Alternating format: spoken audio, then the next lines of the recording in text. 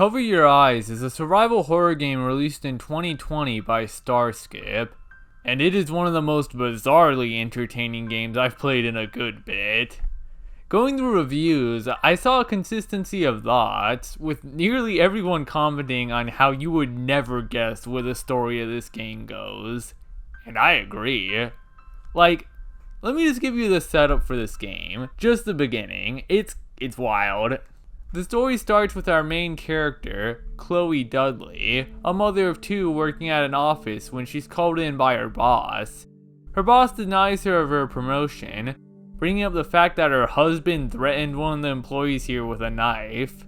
It's also here that we learn that she was a police officer who was put on indefinite leave due to her confrontation with the serial killer known as the Emoji Killer.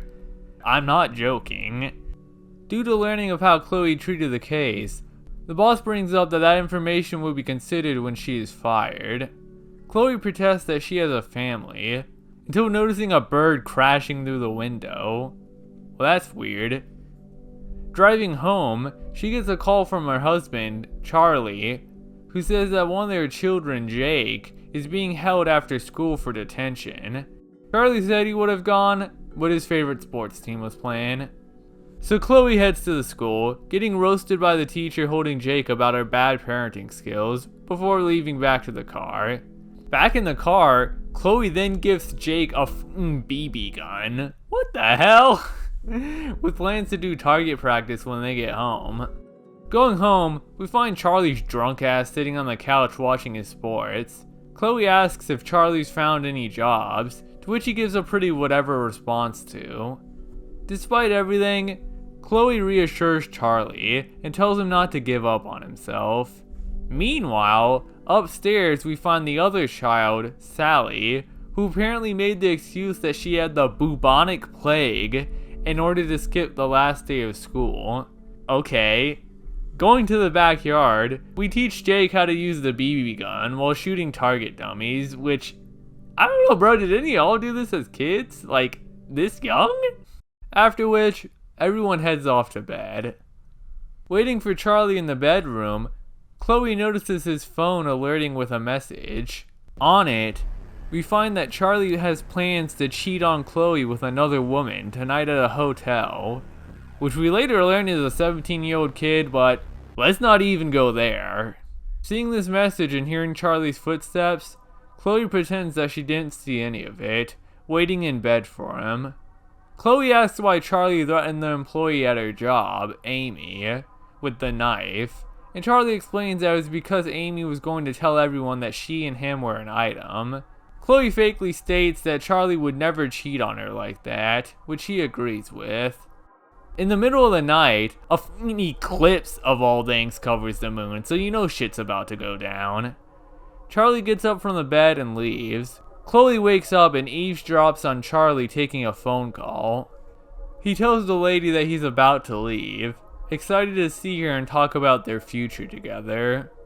Wishing this town would go to hell, he hangs up and heads off to the hotel.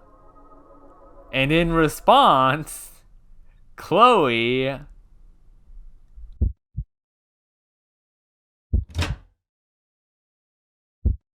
grabs her handgun and begins to follow him. However, just as she exits, she learns that the town has suddenly been attacked by monsters, ghosts, demons, everything, right in the middle of this all. And if y'all think this is wild, it's just the beginning. But before talking more on the story, I'm gonna cut into gameplay. One of the things that interested me the most about this game at first was the fact that it was a survival horror game. I love survival horror games. I've played a gamer plenty of them. So what's so unique about this one? Well, this gameplay, what y'all are seeing right now, this is rpgmaker. Damn, I was curious. This is straight up a survival horror game, and a pretty damn competent one at that. Players will find themselves controlling Chloe as they explore various environments, typical of the genre by now. Schools, hospitals, and urban streets full of optional side buildings, all throughout solving puzzles, reading notes, choosing to fight or run from enemies. We have two gauges to focus on, stamina and health. Health is obvious, but stamina allows Chloe to run. It drains fast and takes somewhere around like 10 seconds until it begins to regenerate. So unless if you're playing like a Pop-Tart and just sitting around doing nothing, there will be times where you lack stamina, in which case, moving past enemies will become far more difficult. And this is likely where you'll have to start firing your weapons. Health and stamina can both be restored by this game's healing item, syringes. Funnily enough, in a previous version of this game, stamina could only be restored by syringes. And let me tell ya, I'm glad I didn't play that version of the game. But regardless, its purpose is to allow players to skip combat, and is in its own way a valuable resource that players will have to be cautious of. Should I really be running in this empty room, or should I save my stamina for the next room where I can use it to run past the enemies instead of spending ammo? An important fact to be noted is that a lot of enemies move faster than Chloe's base walking speed, so if you don't have the stamina to run past an enemy, then you won't have the stamina to run away from an enemy. In which case, it's time to fight back. The combat system here is pretty solid. How it works is that in order to shoot an enemy, you must be standing on the same plane as them. They must be straight horizontal or vertical to you. Being able to land shots means putting yourself in dangerous positions, and it's not too uncommon that you'll have to stop firing in order to gain more space by running back and repositioning yourself. I find the aiming system pretty cool. If your cursor is on an enemy while lined up and firing, it does more damage, as opposed to the cursor being past or before, where it's just a blue circle. This is an interesting take on the idea of accuracy, making the player have to focus their cursor and follow the enemy in order to getting the most damage out of their shots. Throughout exploration, players will find ammo for their weapons. The weapons come in the expected assortment, the Silent Hill triad of pistol, shotgun, rifle, but also some more unique ones later on, such as the bow or BB gun, both used to stun enemies, allowing us past them, while also being used for the foundation of a super neat boss battle. My only complaint might be the knife. It sucks harder than it should. I never really liked how useless the knife was in classic Resident Evil games, and always found mods for those games which buffed the knife to add a new layer to ammo management, having to rely on a high-risk weapon with a tall skill ceiling in order to gain the high reward of extra ammo for a potentially tougher later encounter. But while there is some knife tech with backing up while swinging it, it just has far too much end lag for it to serve any purpose other than cutting boxes. Sure, it can hit in a cone ahead of you, meaning that you don't need to be perpendicular to an enemy, but enemies can also hit you diagonally. Not a big deal overall, but just feels pointless. Because it is. Though funnily enough, getting good with the knife actually sorta has its benefits later on in the game, but I won't spoil that. The enemies themselves come in a variety of appearances, but gameplay wise, aren't too different from one another. While some shoot out projectiles, a majority just run up to the player and damage them. They do move at varying speeds with varying alertness to Chloe, so some can be stepped by. Meanwhile, if you start hearing baby sounds in a room, keep the gun aimed.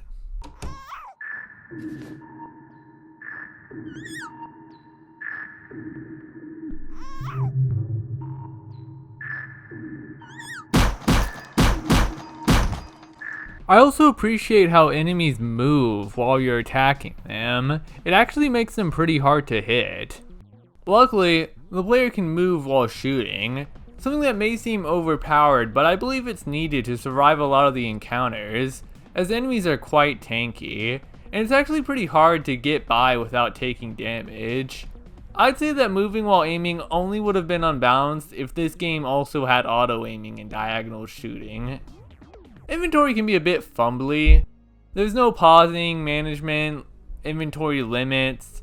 Everything is displayed on the HUD, and the player can use keys to move forwards or backwards between all the weapons and heals, which are all stored together. I never stopped having to fumble my inventory when it came to needing to pull out a different weapon, or especially a heal. I'm sure it's intentional to make things more difficult, but part of me would have just preferred to press a separate key in order to use one of my syringes. Being able to quickly restore stamina and health in a fight could lead to a huge boost, rather than me just getting jumped as I spam a key until I reach the healing item, which may potentially only get more difficult as the player grabs more weapons. There's definitely something to be said about the pacing of this game. Like, Chloe low-key just goes through the progression of 3 entire Resident Evil games throughout this journey. Cover Your Eyes begins with exploring areas, solving puzzles, reading notes with sparse enemy encounters. But by the last area of the game, it becomes an all-out action game with dedicated hallways of enemy groups as I blast away with my AK-47 alongside my AI partners. It can feel kinda off. Like, it was a little cap of me to say that this game had any focus on solving puzzles and reading notes, when that's like the first area of the game. It kind of sets you up for something different, you know? There are very few puzzles throughout Cover Your Eyes, but still some that, while extremely simple, I still liked. Sure, it's sort of whacked that we go from survival horror to, well, this. But on the other hand, I kinda like it. It can be said that this game lacks focus and falls off hard near the last half, where you spend a minute or two just walking down a narrow train, grabbing healing items and ammo as you mow down the enemies. But I enjoy the pacing, and the way the author wanted to increase the intensity of the game, while also showing Chloe's resolve of wanting to take revenge for all she has lost, starting the game weak and dodging monsters, while finishing it as this kick-ass mom blazing through the monsters that ruined her life.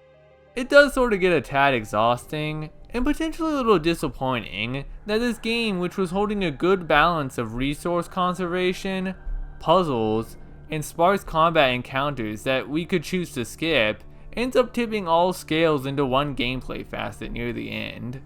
Luckily, this game is like 4 hours long, so it's not that big of a deal. And trust me, the combat being good is just an extra plus. Because while I think the system is all fine and dandy, it's the story of this game that blew me away on so many levels. It is just such a constant string of entertainment. Characters die left and right, plot twists happen damn near every 20 minutes, and the story goes to some wild ass places that you would never guess. I'd say the last reveal blew me away, but anyone who's already played this game would simply ask, which one? Shit is just always happening in this game, and seeing what happens next was one of my biggest encouragements to keep going. And at the center of this all is Chloe. While I may have drawn a picture so far of her being this badass great mother hero character, she is far from a hero. She does some horrible things throughout this game. Like, after the monster outbreak starts, she hides her kids in some random ass shed, where she then proceeds to continue her journey to the hotel in order to kill Charlie and the girl she's with. She doesn't even care about the monster outbreak. That takes second place to what's going down with her husband. When I read that the description for this game was about Chloe and her children going on a journey to find her husband, I thought it was to save him, like some wholesome story. But no, I'm pretty sure she just wants to blast his ass. And let me tell ya, Chloe is just such a wild ass character. Like, seeing what she does next is all part of the entertainment. She is anything but a boring protagonist. Like, when you realize that the healing items in this game are syringes, everything begins to make sense as she builds a ramp to jump into the nearest hospital. Or seeing her dumbass badass landing animation. Chloe is not a great person. There were scenes that straight up disgusted me, and left me feeling uncomfortable that I was controlling this character. Here's an example.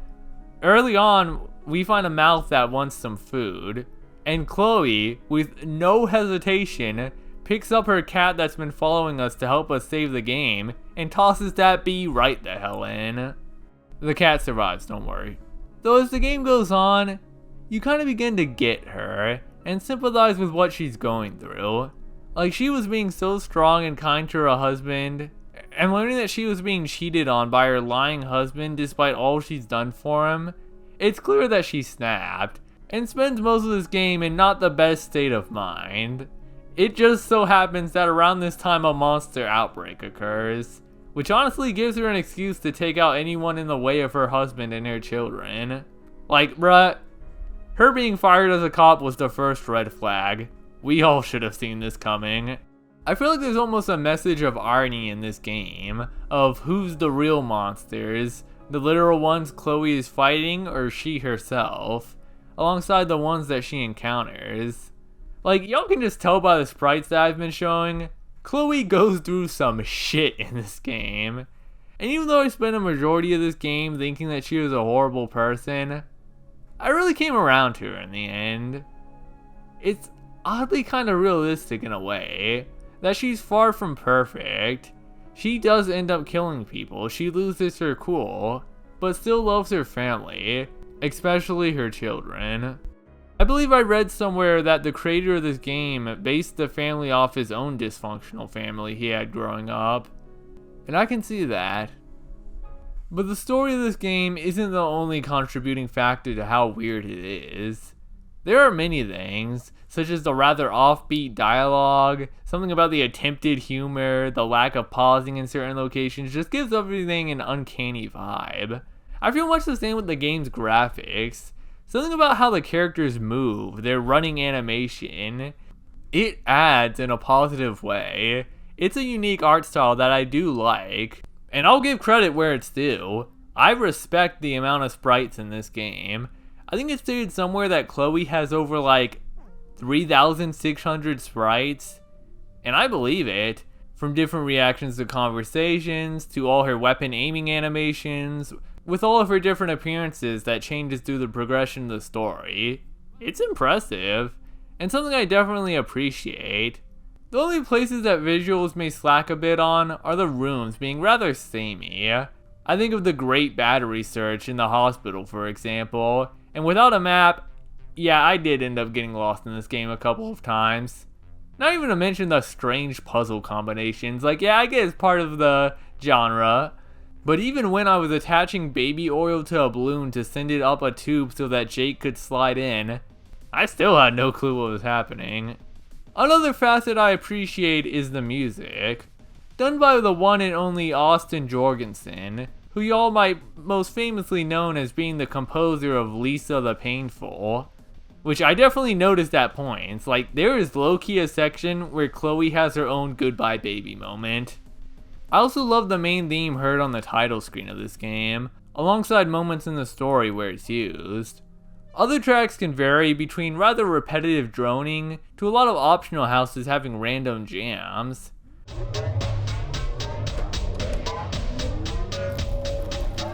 I do like the more quiet moments as well. Often the streets will be completely silent, the players being the one to create sound with their gunfire.